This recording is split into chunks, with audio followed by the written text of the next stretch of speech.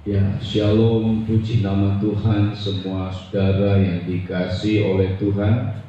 Kesempatan dari Tuhan buat kita semua, khususnya ini merupakan satu anugerah Tuhan untuk kita bisa memahami tentang apa yang sedang terjadi dan yang akan terjadi. Kalau yang sudah terjadi itu merupakan satu hal yang kita mengerti tentang kebenaran firman, oh iya sudah terjadi. Tetapi kita harus menyiapkan diri untuk yang sedang dan yang akan terjadi. Nah, itu adalah tertulis dalam kitab Wahyu. Puji nama Tuhan saudara, kita punya Alkitab yang luar biasa, sempurna, komplit. Kenapa? Semua orang bisa mengatakan kiamat, akhir zaman. Wah, tandanya sudah jelas ya. Contoh yang sederhana saja, iklim yang sudah tidak menentu ini sudah menunjukkan bahwa, katakanlah begini, dunia sudah tua, saudara. Dan keadaan yang sudah tua ini, yang namanya sudah tua, kemudian sudah akan berakhir, saudara ya. Sehingga setiap ada apapun yang menimpa ke seluruh dunia, maka banyak orang akan mengungkapkan, wah kiamat nih, bentar lagi kiamat nih, bentar lagi kiamat. Ya, diviralkanlah dengan segala macam, baik yang hoax maupun yang betul-betul menyatakan sungguh-sungguh kita mesti bertobat. Nah, begitu saudara ya.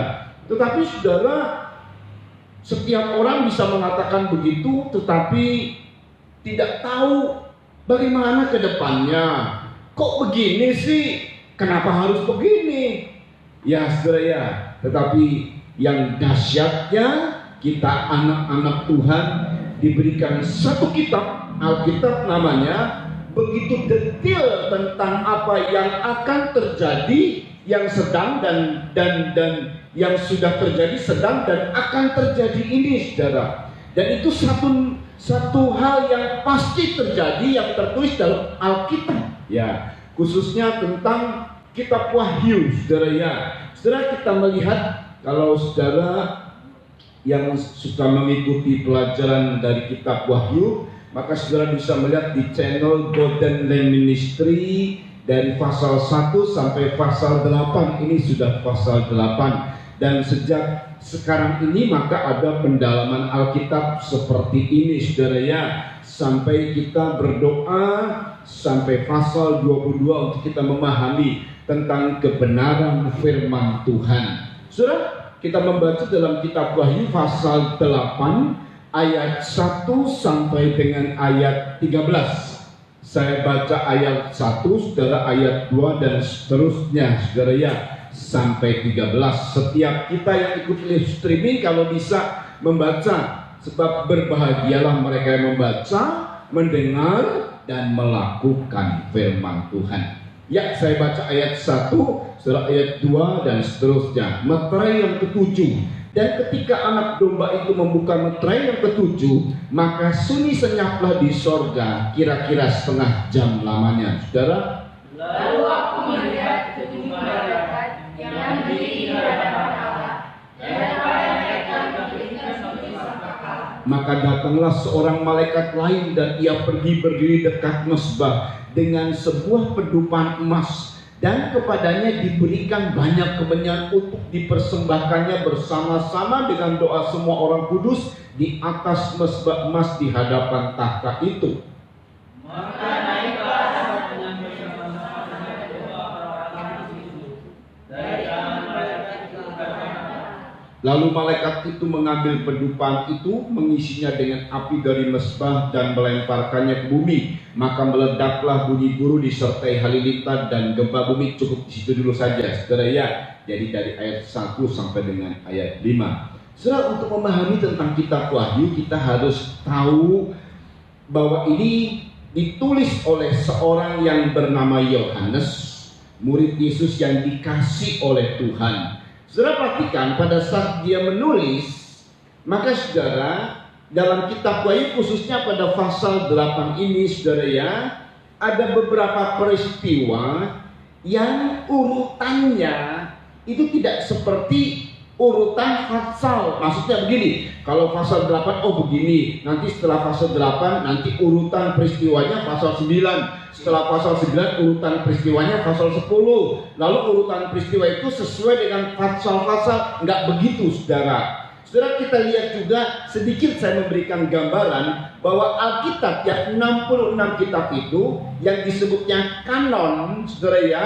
Kanon itu adalah urutan-urutan Alkitab. Itu kalau menurut kanon itu tidak seperti urutannya, khususnya dalam kitab Ayub misalnya. Ayub itu adalah peristiwanya itu dalam kitab Kejadian, saudara. Tapi penempatan kitab Ayub itu sebelum Mazmur, saudara ya. Ayub lalu kemudian Mazmur. Saudara, jadi kita lihat dia tidak seperti urutan. Jadi artinya setelah zaman raja-raja baru muncul Ayub. Enggak. Ayub itu adanya di kitab Kejadian. Nah begitu, demikian juga kitab Wahyu. Sedikit saya memberi gambaran misalnya, saudara ya. Ada sebuah peristiwa, katakanlah peristiwa yang terjadi atas Indonesia, saudara ya, bahkan atas seluruh dunia lah. Dalam waktu yang sama, dalam jam yang sama, ada orang yang kena virus COVID-19. Satu orang kah, dua orang kah tidak diketahui, saudara. Tetapi pada saat dia menyebar, penyebarannya itu pada si A di jam yang sama itu terjadi katakan jam 9 malam. Pada si B juga sama kena terjadi. Nah kemudian terus berlanjut. Si A ini kemana gitu jam 10, si B kemana jam 10, terus menyebarkan virus. Kalau ditulis di buku, saudara, mana yang mau ditulis dulu? Si A atau si B? Nah begitu, saudara. Nggak bisa ditulis dua-duanya. Paling kalau mau dikasih tanda adalah jam yang sama si A mengalami ini, jam yang sama ada keterangan seperti itu.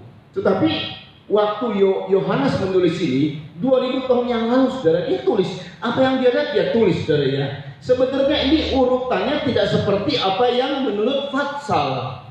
Itu sebabnya peristiwa-peristiwanya bisa acak, saudara. Misalnya Wahyu pasal 8 tiba-tiba peristiwa yang selanjutnya Wahyu pasal 12. Bahkan ada peristiwa-peristiwa yang sama, saudara, dalam kitab Wahyu berbarengan. Itu sebabnya, saudara, peristiwa yang sama itu peristiwanya di daerah A, tetapi peristiwa yang sama di daerah B. Dalam menulis, kalau dilihat di buku, saudara, itu nggak bisa ditulis dua-dua serentak. Mesti mana duluan, si penulis ini akan berkata, oh saya pilih yang daerah A dulu yang saya tulis. Nah, padahal peristiwa yang sama itu daerah B terjadi, saudara. Nah begitu, seperti itu, saudara. Itu sebabnya contoh lagi yang sederhana, ungkapkan dari Alkitab betul-betul nyata, saudara ya. Ini 2000 tahun yang lalu bahkan. Saudara perhatikan baik-baik, teknologi belum begitu canggih, saudara ya. Tetapi Alkitab ini adalah kebenaran. Waktu Tuhan bilang ada 2 orang di tempat tidur, ada 2 orang di ladang. Loh, kalau di ladang itu berarti orang itu siang. Di tempat tidur itu berarti suasananya malam. Itulah dunia, saudara. Dunia itu kan kalau sekarang kita Indonesia malam, di bawahnya kita itu negara Amerika, kurang lebih seperti itu. Itu siang, saudara ya. Kalau sekarang jam 8 oh masih pagi, jam 8 pagi. 12 jam bedanya dengan kita. Jadi Alkitab itu waktu ditulis, saudara ya, mungkin yang nulis juga, apalagi dia zaman dahulu belum terlalu memahami tentang katakanlah atlas, katakanlah tentang waktu-waktu WIBK, Witakah atau apa saja. Ada waktu-waktu zona waktu dunia, belum mengerti soal. Tapi dia tulis saja. Dia dapat ilham dari Tuhan. Yang satu diangkat pada saat di ladang, yang satu di tempat tidur. Ditulis saja.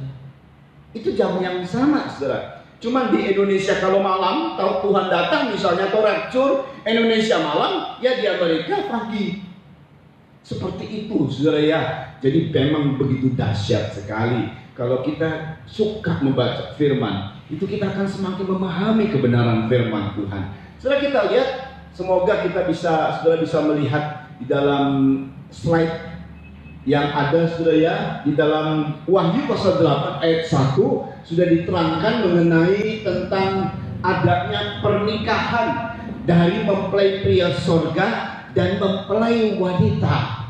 Pernikahan, saudara ya, boleh dikatakan secara sederhananya hubungan intim antara mempelai pria surga dengan mempelai wanita. Namun ini semua dilihatnya secara mata rohani, saudara, bukan mata jasmani. Itu sebabnya ada orang-orang yang beberapa hal keliru, saudara. Kita ini adalah mempelai wanita. Ya, kalau saya pria, saudara, memikirkan tentang saya mempelai wanita, saya harus menjadi seperti wanita. Nggak begitu juga, saudara ya. Tapi kalau yang wanita, oh saya adalah perawan buat Kristus. Lalu ada sesuatu yang keliru di pikirannya, saudara. Dia menggambarkan seperti seorang perempuan yang nanti bertemu dengan seorang suami, di mana itu terjadi hubungan, dan itu merupakan sesuatu pemikiran yang keliru. Hubungan intim itu artinya waktu kita bersekutu dengan Tuhan, terjadi hubungan intim, terjadi kita hubungan yang erat sekali, ya sangat saling mencintai kita dengan Tuhan, begitu erat sekali, begitu mengikat kita, setelah itu hubungan intim. Dan itu nanti terjadi, ya itu di pasal 1 dalam Wahyu pasal 8, saudara ya. Nah saudara, perhatikan beberapa hal.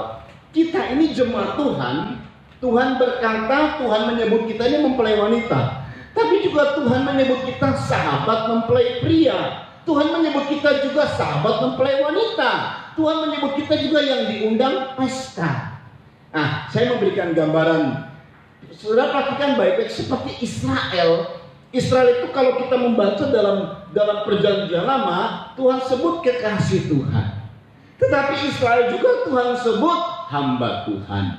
Tetapi Israel juga Tuhan sebut domba Tuhan. Israel juga Tuhan sebut prajurit Tuhan dan lain-lain, saudara ya.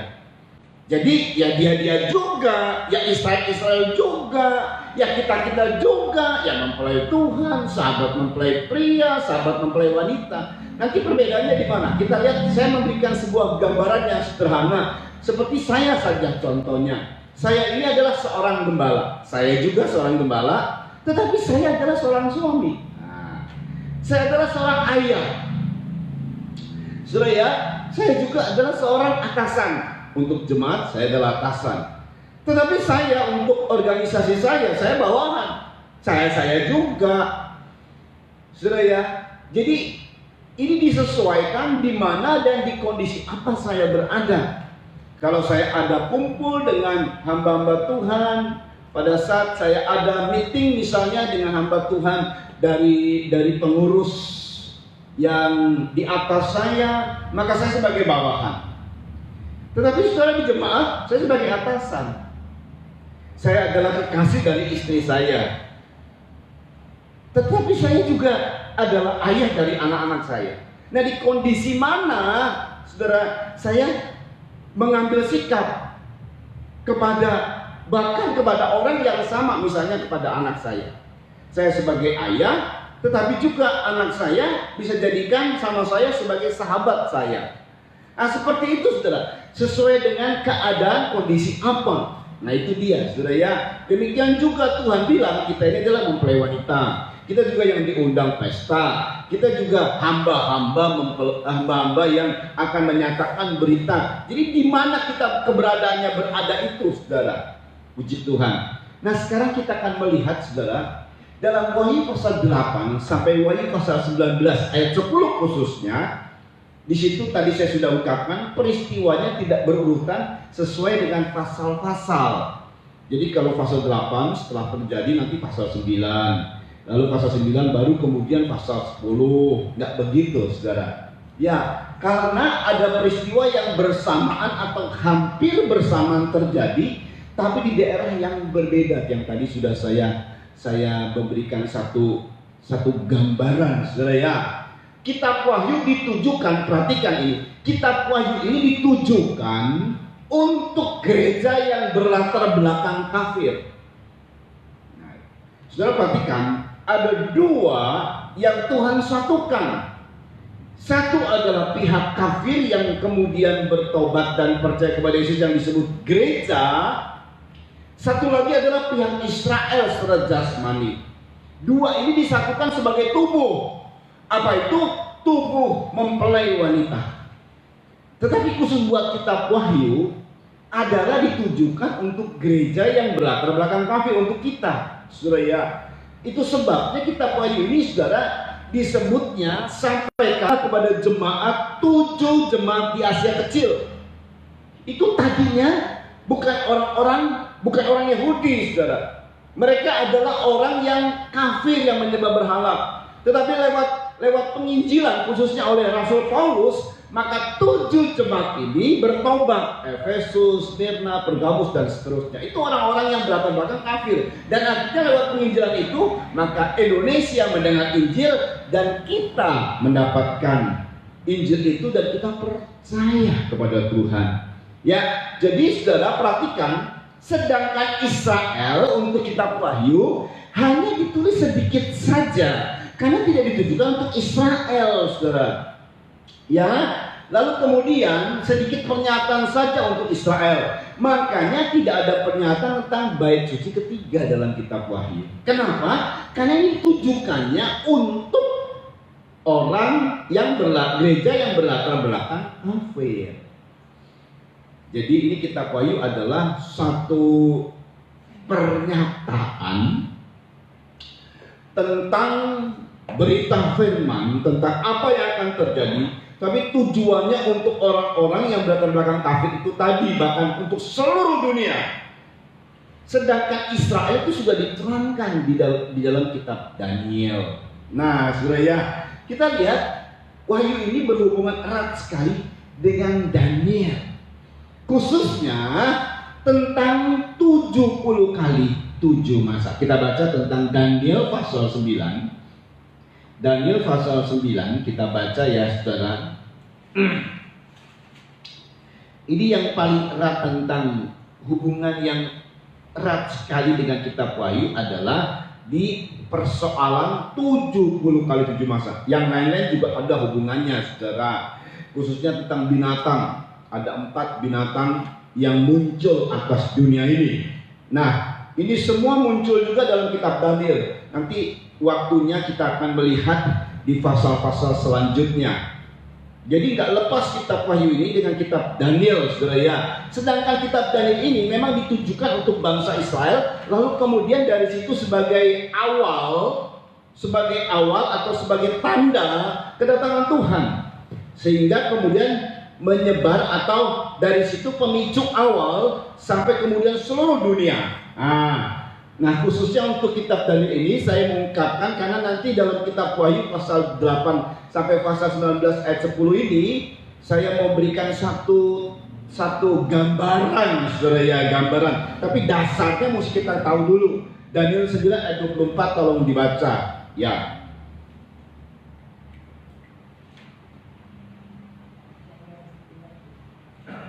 70 kali 7 masa. 70 kali 7 masa Telah ditetapkan atas bangsa. Itu telah ditetapkan atas bangsamu. Mu-nya itu adalah yang dimaksud Daniel. Jadi atas bangsa Israel. Terus. Dan atas kotamu yang kudus. Dan atas kotamu yang kudus. Terus. Untuk melenyapkan kefasikan. Ya. Untuk mengakhiri dosa. Ya. Untuk menghapuskan kesalahan. Ya. Untuk mendatangkan keadilan yang kekal. Terus. Untuk menggenapkan penglihatan dan nabi. Ya. Dan untuk mengurapi yang maha kudus. Ya, saudara, ini sudah saya terangkan. Kalau saudara mau memahami lebih lanjut lagi, ada di YouTube di channel Golden Line Ministry, di mana di situ diterangkan sama saya tentang 70 kali 7 masa. Itu diterangkan begitu detail tentang gejala-gejala akhir zaman. Ayat 25, perhatikan. Maka ketahuilah dan pahamilah dari saat firman itu keluar, yakni bahwa Yerusalem akan dipulihkan, ya, dan dibangun kembali, ya, sampai pada kedatangan seorang yang diurapi, ya, seorang raja. ya. Ada 7 kali 7 masa. Ya, itu diterangkan dalam gejala akhir zaman di channel Golden Line Ministry, saudara. Kalau saudara mau lihat di situ terangkan bagaimana cara menghitung 70 kali 7 masa itu. Bagaimana cara menghitung dan kita ini ada di posisi mana, itu diterangkan, saudara ya. Terus dan 62 kali 7 masa Ya, yang ya, maka itu akan dibangun kembali ya, dengan tanah lapang dan paritnya. ya, Tetapi di tengah-tengah kesulitan, ya, sesudah ke-62 kali 7 masa itu akan disingkirkan seorang yang telah diurapi, ya. padahal tidak ada salahnya apa-apa. Terus, Maka datanglah rakyat seorang raja memusnahkan kota ya, dan tempat kudus itu. Tetapi raja itu akan menemui ajalnya dalam air bah, ya, terus, dan sampai pada akhir zaman akan ada peperangan dan pemusnahan terus. seperti yang telah ditetapkan. 27 ini yang nanti berkaitan dengan Daniel. Mari kita baca. Raja itu akan membuat perjanjian itu menjadi berat bagi banyak orang selama 1 kali 7 masa. 1 kali 7 masa. Terus, Pada pertengahan 7 masa itu, ada pertengahan 7 masa. Jadi masing-masing 3,5 masa, 3,5 masa, tengah-tengah. Nah, jadi ada 3,5 masa pertama dan 3,5 masa kedua. Terus, ia akan menghentikan korban sembelihan ya, dan korban santapan. ya, Dan di atas sayap kekejian akan datang yang membinasakan, sampai pemusnahan yang telah ditetapkan menimpa yang membinasakan itu. nah kita baca Wahyu.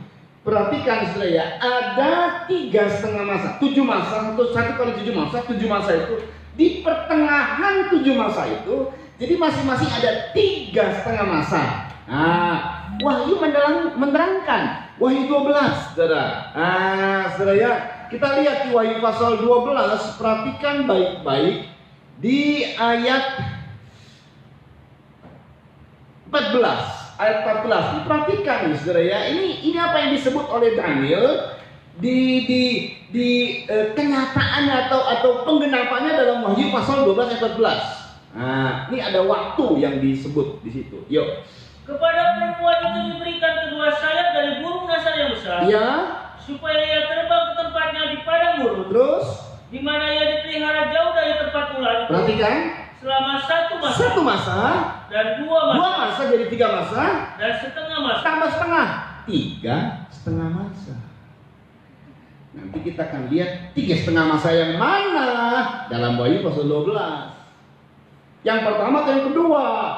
Saudara, kita lihat saya memberikan gambaran, saudara ya. Saudara, saya berikan gambaran, kalau ya semoga saudara bisa melihat dari gambaran ini, saudara. Ya, dalam Daniel 9 ayat 27, 1 kali 7 masa. Lalu ada tertulis pertengahan dari 7 masa itu 3,5 tahun. Lalu dalam Wahyu pasal 11 ayat 2, 42 bulan. 42 bulan itu, 1 tahun itu 12 bulan. 42 bulan berarti 3,5 tahun. Lalu Wahyu pasal 12 ayat 6 dan ayat 14 ada tertulis 1260 hari, 1 masa, 2 masa, dan setengah masa yang tadi kita baca ini. 1260 hari di Israel, karena ini hitungannya hitungan dari Israel. Saudara, perhatikan baik-baik, di Israel itu 1 tahun 360 hari. Kalau kita tanggalan Masehi, tanggalan dari Yunani itu Masehi, saudara ya, 1 tahun itu 365. Saudara ya. Jadi hitungan Israel 360. Saudara nanti lihat saja, hitung saja bahwa 1260 hari itu adalah 3,5 tahun. Jadi Daniel 9 ayat 27 ini tentang ini dia, tentang 7 masa, 1 kali 7 masa atau 7 masa di pertengahannya dinyatakan oleh kitab Wahyu. Jadi kitab Wahyu ini sungguh erat hubungannya dengan Daniel, dan khususnya pada yang disebut tentang 7 masa atau 7 tahun, dan kemudian yang penting, yang paling penting, karena dia tidak sebut 7 tahunnya, yang paling pentingnya adalah 3,5 masanya. 3,5 masanya ini. Jadi dibagi 2, 3,5 tahun pertama dan 3,5 tahun kedua. Nah, itu sebabnya dalam pasal 8 sampai pasal 19 itu, saudara, nanti saya akan memberikan gambaran ini, tapi menurut tafsiran saya. Saudara ya, hanya untuk memberikan sebuah kemudahan buat kita, saya masukkan dalam sebuah tabel. Jadi gambarannya dari sini saja, saudara ya. kita ada di 2020. 2020. Nah, ada yang masa sebelum 7 tahun ini. Jadi dihitungnya 7 tahun. 7 tahun ini 3,5 tahun pertama dan 3,5 tahun kedua. Jadi nanti ada yang sebelum, ada yang masuk 3,5 tahun pertama, lalu di ujungnya ada yang masuk 3,5 tahun kedua, dan ujung dari 7 tahun. Nah, selanjutnya adalah 1000 tahun damai. Ini nanti kalau yang ini urutan lagi. 19 itu urutan 19, 20, 21. Nah, yang 22 itu seperti promosi aja, saudara ya. Pasal 22 itu kata-kata penutup, promosi. Tetapi yang urutan itu nanti 19, pasal 19 di ayat berapa begitu sampai 21. Sedangkan yang dari 8 sampai pasal 19 sekian, saudara, maka ini kita akan lihatnya dari patokan ini, saudara. Makanya saya memberikan tabel. Saudara, nanti saya akan masukkan ini di kalau yang di sini terlalu kecil sekali, saudara ya. Saya akan masukkan saya akan edit sehingga nanti ini ada editan yang muncul di videonya, saudara ya. Jadi ada sebelum 7 tahun, lalu kemudian sedang 3,5 tahun pertama dan 3,5 tahun kedua, lalu di ujung 7 tahun, di ujung maaf, Tuhan datang. Lalu kemudian di sebelum 7 tahun itu ada meterai ke-7, lalu ditulis Wahyu pasal 8 ayat 1 sampai Wahyu pasal 8 ayat 1, ada Wahyu pasal 8 ayat 2 sampai 5, ada hasil 2 penyembahan dan seterusnya. Ini saya tulis, saudara ya. Lalu permulaan bait suci ketiga. Ini sebelumnya, dan kita ada di sebelumnya. Saudara. Nah, 2020 ini sebelum. Jadi kita akan melihat pada saat ini saya tidak tahu kapan. Tapi yang pasti munculnya ini yang dihitung kembali pada saat bait suci ketiga sudah berdiri di Israel. Barulah kita mulai menghitung. Tapi bukan ukurannya bukan ukuran detail ya, sampai kemudian kita tahu jam dan waktu Tuhan datang, itu keliru, saudara. Yang kita ketahui adalah gejala Tuhan datang, tanda-tanda Tuhan datang. Nah, saudara ya, ada banyak tanda, saudara. Jadi kalau ada orang ada tanda ini, wah, Tuhan mau datang nih. Enggak, saudara. Tandanya cukup pasti, tetapi pasti tanknya, satuan data itu nggak ada yang tahu, saudara. Sama kayak gini, kayak hujan. Kalau mau ada hujan, gejalanya pasti apa? Mendung. Tapi kapan hujannya? Ya nggak tahu. Udah mendung banget, bisa aja nggak hujan. Nah, gitu loh. Udah mendung banget, bentar lagi hujan. Lama sekali hujannya. Nah, tapi yang pasti kalau yang mau hujan itu masih mendung. Nah, gitu juga tanda-tanda akhir zaman, tanda-tanda Tuhan datang, masih ada gejala yang nyata sekali. Tuhan bilang kepada murid-murid, khususnya pada orang Israel, tanda-tanda langit kamu mengetahui, tapi tanda-tanda zaman kamu tidak mengetahui itu. Hai angkatan yang tidak setia dan belok hati. Nah, saudara, makanya kita harus memahami. Saudara, jadi ada yang sebelum, lalu kemudian 3,5 tahun pertama, 3,5 tahun kedua, lalu kemudian 1000 tahun damai. Nah, di situ ada 7 tahun. Nanti ini akan dimasukkan, saudara.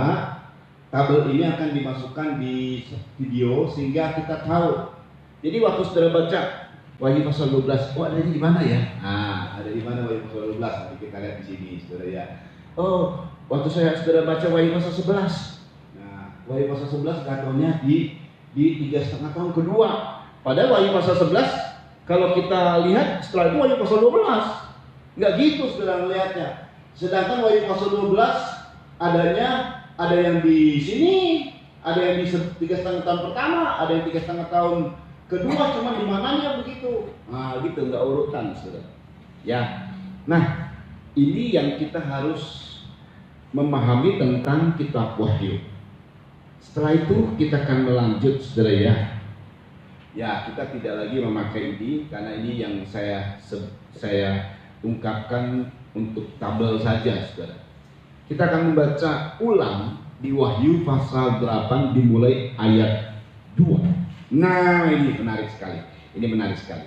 Saudara, ujung dari meterai adalah pernikahan. Jadi Roh Kudus, meterai ini adalah pekerjaan Roh Kudus. untuk dunia, maka dia menghukum dunia.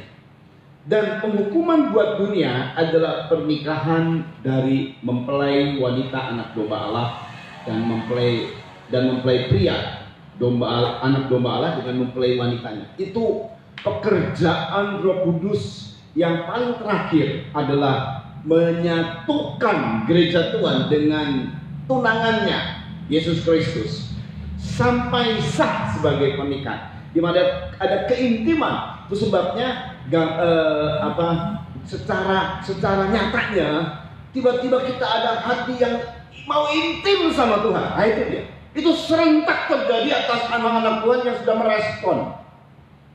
Tiba-tiba semua orang anak-anak Tuhan yang sudah merespon dari suasana mempelai ini, saudara, suasana pernikahan anak domba ini, waktu dia merespon, tiba-tiba ada hati yang serentak ini mau intim sama Tuhan. Nah, itu dia. Saudara, ya, itu nggak bisa dibuat sama hamba Tuhan. Udah digembar-gemborkan sama hamba Tuhan. Ayo intim, nggak intim, saudara. Karena ini pekerjaan Roh Kudus. Tapi hamba Tuhan memang menyeru-nyerukan, saudara ya. Karena kita tugasnya memang menyampaikan firman Tuhan. Tapi nanti peristiwanya itu serentak. Ini dahsyat luar biasa. Ya, sebab setelah mempelai itu intim, saudara ya, dengan mempelai wanita itu intim dengan mempelai pria sorga, maka Wahyu pasal 12 dia mengandung. Dan itu adalah pekerjaan Roh Kudus. Pekerjaan Roh Kudus itu sampai intim supaya ada lahir anak laki-laki. Karena anak laki-laki inilah yang akan menghancurkan pekerjaan iblis terakhir. Nanti kita akan lihat siapa gerangan itu anak laki-laki. Saudara, mari kita lihat Wahyu pasal 8 dimulai ayat 2. Yuk dibaca ulang. Ya. Lalu aku melihat ketujuh malaikat yang berdiri di hadapan Allah, dan kepada mereka diberikan 7 sangkakala. Ya, cukup di situ dulu. Ini merupakan permulaan dari penghukuman yang kedua. Setelah penghukuman meterai, saudara, nanti kalau mau tahu penghukuman meterai itu apa, ya saudara, saya ulang kembali, lihat saja di channel Golden Ministry. Ada Wahyu dari pasal 1 sampai dengan pasal 8 ayat 1. Saudara ya, tidak diterangkan ulang, saudara. Jadi saudara bisa melihat di situ. Nah, saudara dengar baik, Wahyu pasal 8 ayat 2 ini, setelah pekerjaan Roh Kudus selesai, maka pekerjaannya diserahkan kepada anak. Anak itu adalah suara. Anak itu adalah firman. Wahyu Yohanes pasal 1, kita baca ayat 1 sampai 3 dan kemudian 14. Yuk dibaca. Pada mulanya adalah firman. Firman itu bersama-sama dengan Firman Allah. itu bersama dengan Allah. Dan firman itu adalah Allah. Firman itu adalah Allah. Terus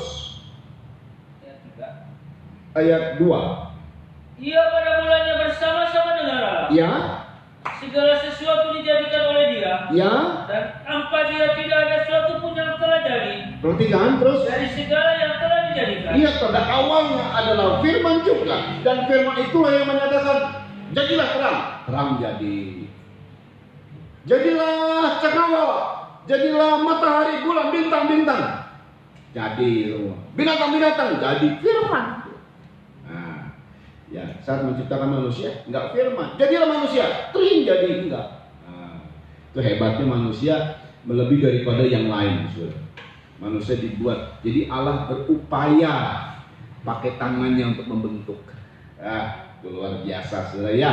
Makanya manusia itu berharga daripada semua ciptaan Tuhan. Saudara perhatikan baik-baik terus. Ayat 14 sekarang, lompat ayat 14. Firman itu telah menjadi manusia. Firman itu telah menjadi manusia di dalam Yesus Kristus, Allah anak, saudara. Nah, jadi sangkakala itu yang disampaikan adalah suaranya. Ada semboyan. Paulus bilang, kalaupun sangkakala disampaikan, itu harus jelas. Sebab saudara, yang namanya sangkakala disampaikan, itu bunyinya jelas. Ada sangkakala yang disampaikan untuk berkumpul, ada sangkakala yang disampaikan untuk berperang. Jadi kalau orang mendengar, khususnya prajurit mendengar, ini sangkakala ada terdengar sangkakala. Ini ngapain ya? Kumpul atau perang? Nah, jadi mesti jelas kata Paulus. Jelasnya karena dia menyuarakan, karena dia menyampaikan suara trompet yang diperdengarkan, suaranya tetap mesti jelas, ya. Suara yang disampaikan. Jadi sangkakala ini, 7 sangkakala ini adalah penghukuman dari firman. Saudara, penghukuman dari firman. Pada saat selesainya pekerjaan Roh Kudus, maka kemudian pekerjaan firman untuk menghukum dunia. Saudara, untuk kita belum. Nah, saudara, kita sedang mengarah kepada Wahyu pasal 8 ayat 1. Nanti akan mencapai satu titik seluruh gereja Tuhan yang merespon untuk undangan perkawinan atau untuk semalam mempelai, maka dikasih sama Tuhan hati yang intim. Nah, setelah itu baru melanjut, saudara ya. Sangkakala ini. Nah, kita harus mengetahui, saudara, sangkakala ini. Perhatikan baik-baik. Saya ulang kembali, sangkakala ini adalah penghukuman dari Allah Anak, penghukuman dari firman. Itu sebabnya, saudara, kita terus baca dulu, saudara ya. Wahyu pasal 8, sekarang ayat 3. Pada saat sangkakala itu, pada saat selesainya penghukuman atas meterai ini, di mana Wahyu pasal 8 ayat 1, maka dilihatlah oleh Yohanes ada ke-7 malaikat berdiri di hadapan Allah. Mereka diberikan 7 sangkakala. Ya, ayat 3, perhatikan baik-baik. Maka datanglah seorang malaikat lain, Ya, dan dia pergi berdiri dekat mezbah dengan sebuah kedupaan emas. Dan kepadanya diberikan banyak kemenyan untuk dipersembahkan bersama-sama dengan tapi sebelum sangkakala ditiup, nah peristiwa ini seperti ngebuka. Hukumannya mulai dibuka sama satu malaikat waktu dia mengambil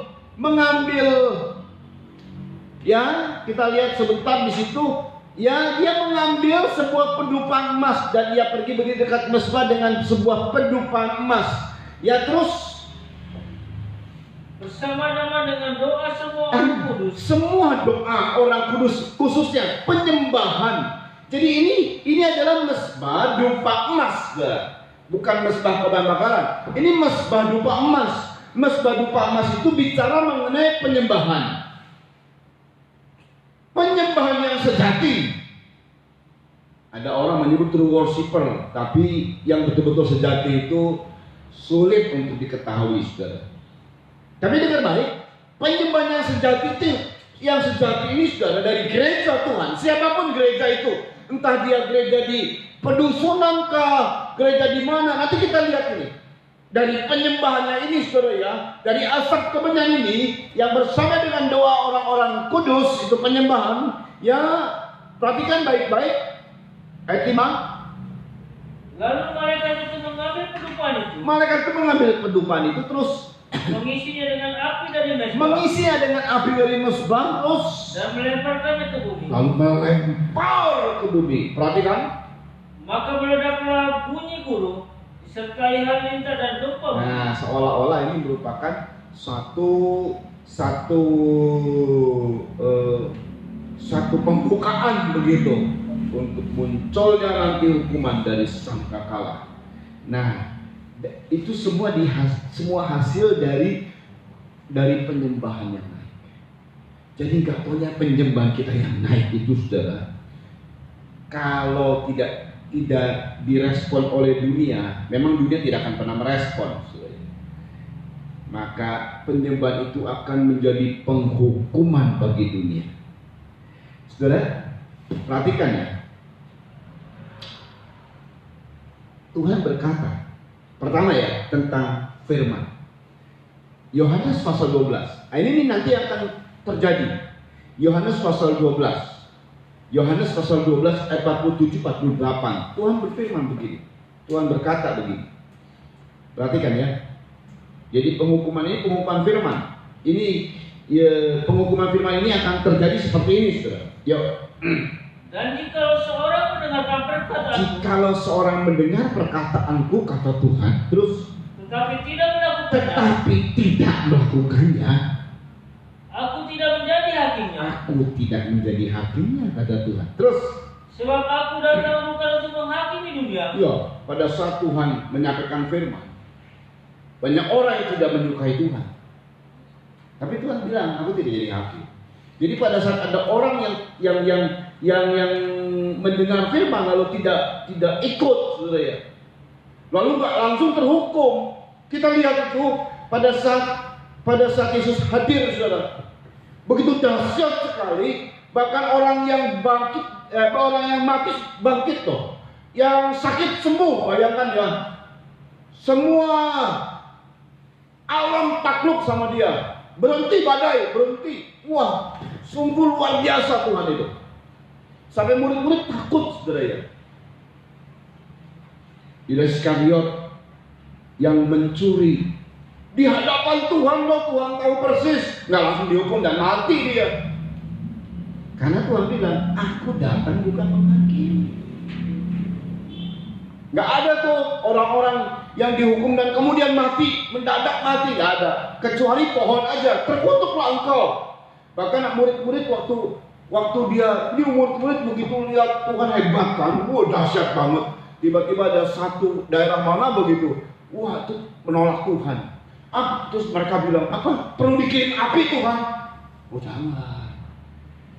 Nah, saudara. Jadi ada yang menyangkal Tuhan, bahkan Tuhan sampai dibawa untuk dibunuh. Nggak ada seorang pun yang akhirnya kena dihukum gitu loh, nggak ada. Kenapa? Karena Tuhan datang selama hidup dia ada di dunia tidak menjadi hakim. Hakim itu tugasnya menghukum, tidak, saudara. Dia mau menyelamatkan. Jadi juga gitu, kalau saudara mau menyelamatkan seseorang, jangan menghukum. Kalau saudara menghukum, nggak selamat. Kalau saudara menghakimi, nggak selamat. Tapi kasih itu tetap menegur. Barang siapa ku kasih, ia ku tegur dan ku hajar. Beda dengan menghakimi. Beda, saudara ya. Perhatikan. melainkan untuk menyelamatkan. Iya, karena Tuhan datang bukan untuk menghakimi dunia, tapi menyelamatkannya. Perhatikan. Barang siapa menolak aku dan tidak menerima perkataan, Nah, ada orang yang tidak menerima perkataan Tuhan. Terus, ia sudah ada hakimnya. iya sudah ada hakimnya. Terus, Yaitu firman yang telah kukatakan. yaitu firman yang telah kukatakan. Terus, Itulah yang akan menjadi hakimnya pada akhir zaman. nah ini dia. Mulai dari Wahyu pasal 8 ayat 2. Ya, saudara ya. Jadi itulah firman yang akan menghakimi pada akhir zaman. Saudara, ya. Terus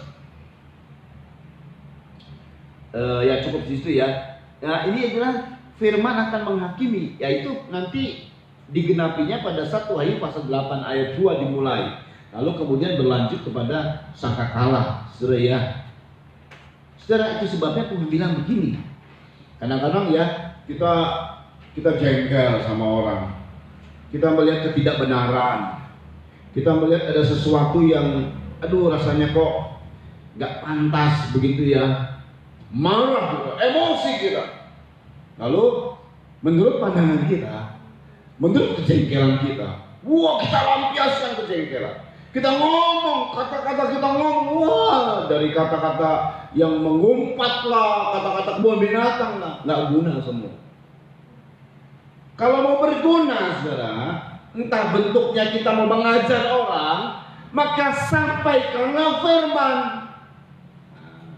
Itu lebih berguna daripada kita mengumpat, apalagi keluar binatang, nggak berubah ke orang. Entah itu pegawai kita, entah itu anak kita, entah itu istri kita, entah itu suami kita kah, entah itu siapa sajalah. Katakanlah firman. Jadi kalau kita sampaikan firman dia menolak, nanti. Tapi kalau kita mengumpat, nggak berguna. Tapi kalau kita mengatakan firman, kalau dia tidak bertobat, maka firman itu yang menjadi hakim. Jadi nanti saatnya tiba, firman yang sudah didengarkan, tidak direspon, nanti saatnya akan tiba. Firman itu akan menghakimi. Nah, saudara ya. Sampaikan firman, jangan kita yang menghakimi, tapi firman saja sampaikan. Katakan saja firman. Sehingga nanti, ya tergantung nanti Tuhan, firman itu bisa menghakimi sekarang, bisa menghakimi nanti. Tapi pastinya sudah Tuhan kasih waktunya bahwa firman itu yang saat ditiup sangkakala, maka kemudian terjadi sebuah penghakiman. Kemudian perhatikan lagi ya. Jadi apa-apa yang kita alami sekarang ini, saudara, bagaimana Tuhan sudah menyatakan tentang bagaimana Dia menyiapkan untuk menghancurkan saat dari mesbah Dukamas itu dilempar, saudara. Jadi penyembahan kita ini, orang kita menyembah Tuhan, saudara, beribadah dan menyembah Tuhan itu nggak disukai sama dunia, saudara. Aduh, rasanya kok kita terus ditekan. Seperti Tuhan nggak bela. Oh, tunggu tanggal mainnya. Bukan sekarang tanggal mainnya, saudara. Bahkan ada darah-darah dari para martir. Kenapa Tuhan kok nggak balas? Oh, memang belum. Nah, itu sebabnya Tuhan bilang, ini nanti akan terjadi juga, saudara. Matius 10 kita baca. Saat penyembahan kita penyembahan itu apa sih? Menyembah itu, saudara ya, di mana kita memberikan yang terbaik buat Tuhan. Tak kala kita sakit, tapi kita beri yang terbaik buat Tuhan. Mungkin kita lagi kekurangan, tapi kita memberi yang terbaik. Jadi penyembahan itu tidak ada alasan. Kalau saudara diselamatkan dari penyakit, ditolong, lalu saudara menyembah Tuhan, itu ada alasan. Itu bukan penyembahan, masih belum terhitung penyembahan. Kalau penyembahan itu tanpa alasan, dia memberi selalu yang terbaik buat Tuhan. Nah, saudara dengar baik. Dan penyembahan itu nanti akan dampaknya ada. Kehidupan kita, makanya Tuhan bilang, menyembah dalam roh dan kebenaran. Roh itu adalah hidup. Jadi bukan hanya di gereja kita menyembah. Ayo kita menyembah Tuhan. Bukan. Setiap hari saat roh itu masih ada dalam hidup kita, dan saat kita hidup, dari perkataan kita, dari seluruh aspek kehidupan kita harus menyembah Tuhan. Ya. Dan menyembah Tuhan ini seperti ini, saudara ya. Roma, kita baca Roma dulu. Roma 12 ayat 17 sampai 21. Karena semua yang berkaitan dengan penghidupan itu ada bara, saudara ya, ada bara api, lalu dilempar ke bumi. Nah, makanya nanti apa-apa yang akan terjadi, apa saja yang terjadi sih? Roma 12 ayat 17 sampai 21, cepat yuk. Janganlah membalas kejahatan dengan kejahatan. Jangan membalas kejahatan dengan kejahatan. Makanya kalau orang yang menjadi penyembah, bukan hanya tadi saya bilang ya, banyak orang loh di gereja, aduh, dengan suara yang indah, dengan penyembahan yang rasanya luar biasa, rasanya waduh, merasa hadirat Tuhan dah, bahkan mengajak jemaat merasa hadirat Tuhan. Tapi dalam kehidupan sehari-harinya, kejahatan dibalas kejahatan. Punya siasat untuk menjati orang. Gua dijatin sama dia, tunggu tanggal mainnya loh. Gua siasat segala macam, dia pakai siasat dengan kemanusiaan. Itu bukan penyembah. Jangan membalas kejahatan dengan kejahatan. Terus, lakukan apa yang baik bagi semua orang. Iya, banyak orang yang menyakiti kita, saudara. Lakukan yang baik bagi semua orang. Terus, sedapat-dapatnya. Kalau hal itu bergantung padamu. Iya. Hiduplah dalam perdamaian dengan semua orang. Hidup dalam perdamaian dengan semua orang. Ya, terus. Saudara-saudaraku yang kekasih, Ya. janganlah kamu sendiri menuntut pembalasan. Iya. Tetapi berilah tempat kepada murka Allah, sebab ada tertulis, pembalasan itu adalah hak. Pembalasan itu adalah haknya Tuhan. Tapi bukan sekarang. Ada waktunya. Ada memang yang jatuhnya sekarang, atau beberapa hari kemudian, beberapa waktu kemudian. Tapi itu urusan Tuhan, bukan urusan kita. Di mulut kita nggak pernah ada kata kutuk. Di mulut kita nggak ada pernah pembalasan Tuhan. Balas aja tuh, biar mati dia. Ada. Itu bukan penyembah. Sudah ya, orang penyembah itu hatinya selalu sabar, panjang sabar seperti Kristus, karena karakter Kristus ada dalam diri kita. Terus Akulah yang akan menuntut pembalasan. Iya, Firman Tuhan. firman Tuhan. Tuh, saudara ya. Terus Tetapi jika seterumu lapar, jika seterumu lapar, jika orang yang menjati kamu lapar, berilah dia makan. beri dia makan. Terus Jika ia haus, jika ia haus, berilah dia minum. beri dia minum. Terus Dengan berbuat demikian, kamu menumpukan bara api di atas kepala. menumpukan bara api ya tahu. Tapi bukan berarti kita pikir, wah biar lo, gua kasih baik-baik, nanti habis lo. Bukan itu juga. Memang kita ikhlas, rela memberinya. Kita tidak membalas kejahatan dengan kejahatan. Kita selalu berbuat baik. Gereja sudah lakukan itu, saudara. Gereja tidak pernah melawan. Gereja tidak pernah berontak. Gereja tidak pernah demo-demoan. Ya itu karena diajarkan sama Tuhan, kasih. Tunjukkan kasih. Tetapi bukan hanya untuk dunia saja, untuk tetangga kita, untuk hidup sehari-hari loh. Banyak ya anak-anak Tuhan, jemaat Tuhan, mulai bertengkar satu dengan yang lain, mulai bersiasat satu dengan yang lain, mulai mencari pembenaran diri dan menyalahkan orang, menyudutkan orang. Itu bukan penyembah. Boleh kita bicara seperti menyembah dan sebagainya, tapi nggak guna semua. Saudara, mari kita lihat bagaimana Tuhan mengatakan ini, saudara. Ya, ayat 21. Janganlah kamu kalah terhadap kejahatan, Iya, tetapi kalah terhadap kejahatan dengan kebaikan. memberikan bara api dengan kita. Makanya menyembah dalam roh hidup kita ini. Nah ini dia praktek hidup, saudara ya. Kalau ada orang yang menjati kita tidak balas dengan kejahatan, tapi kita balas dengan kebaikan. Tetap baik, tetap mengampuni. Nggak taunya itu menyiapkan bara api. Nah nanti sangkakala datang, ini orang-orangnya juga dikhususkan sama Tuhan untuk boom. Nah begitu ya. Saudara, selain orang ada juga kota. Makanya Tuhan bilang dalam Matius. Jadi ada kota-kota yang ditandai sama Tuhan. Matius 11 ayat 20 sampai 24. Cepat ya. Matius 11 ayat 20 sampai 24. Lalu Yesus mulai mengejar kota-kota yang tidak bertobat. Iya. Sekalipun di situ ia paling banyak melakukan mujizat-mujizatnya. Iya. Celakalah engkau Korazim, Iya. celakalah engkau Betsaida. Terus Karena jika di Tirus dan di Sidon terjadi mujizat-mujizat ya. yang telah terjadi di tengah-tengah kamu, Ya. sudah lama mereka bertobat dan berkabung. Terus Tetapi aku berkata kepadamu, ya.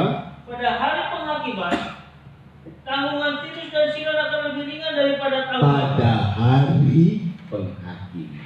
Nah ini penghakiman, saudara ya. Penghukuman atas dunia dengan sangkakala.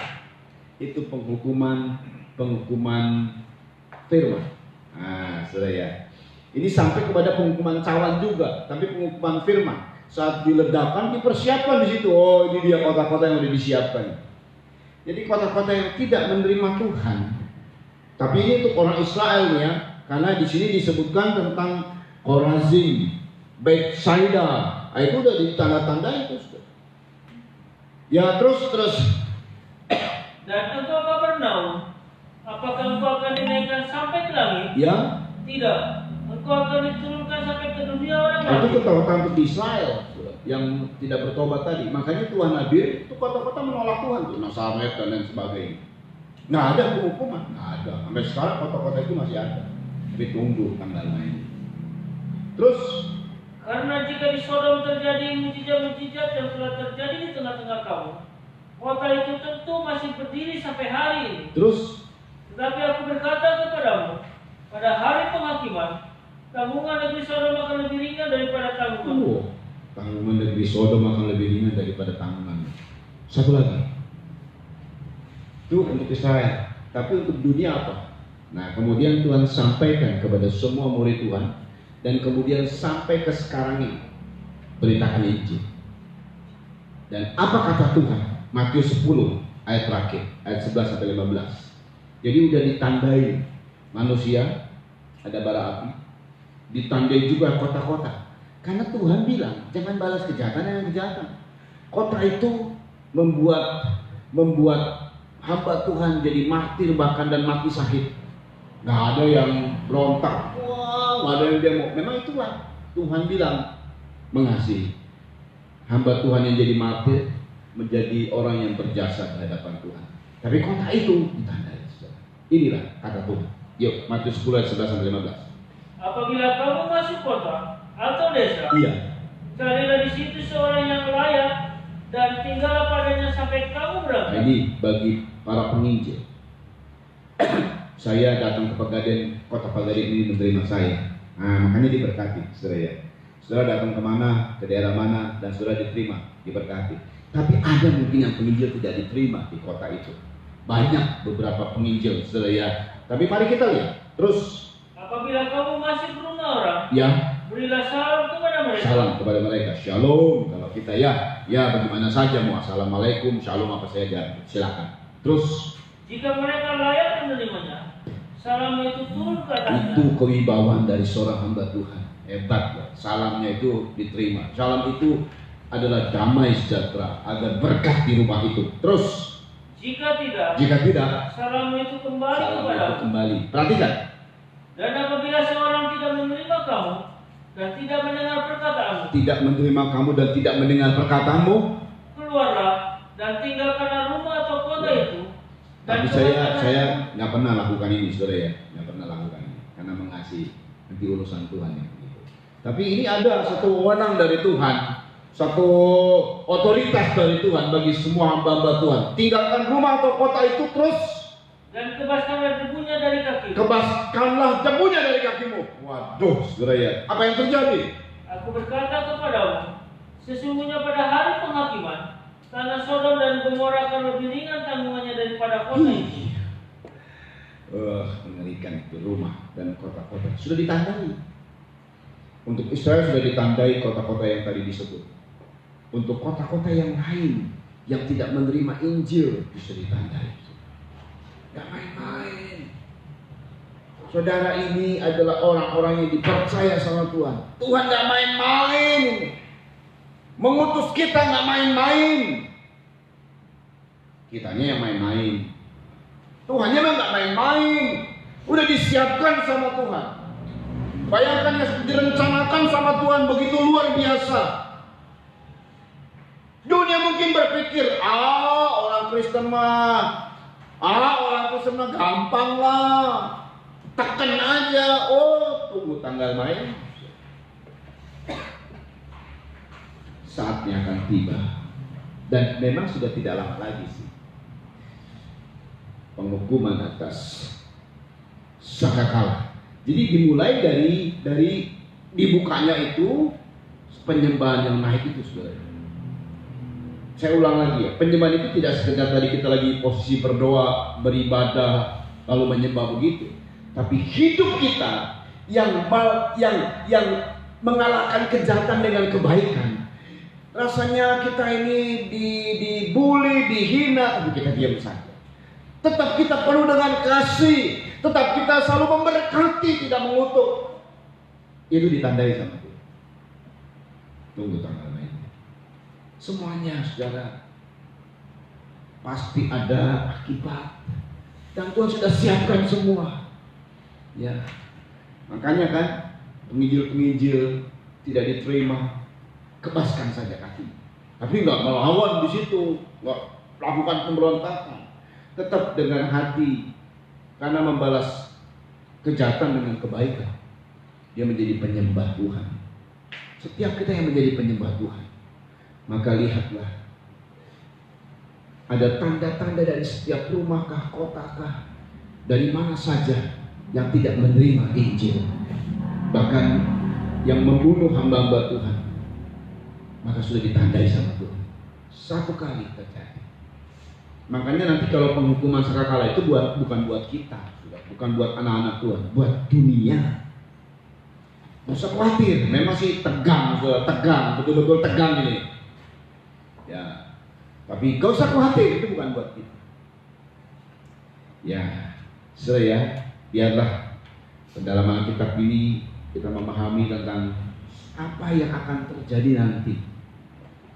Ya, dari pasal 8 nanti kita akan melihat satu demi satu sangkakala diserukan. Pertama, kedua, ketiga, dan seterusnya. Mari kita berdoa. Haleluya, haleluya. Bapa yang baik, kami bersyukur kepadamu untuk anugerah besar yang kau berikan kepada kami. Kami mendapatkan satu pemahaman, kami mendapatkan satu penyingkapan dari Tuhan.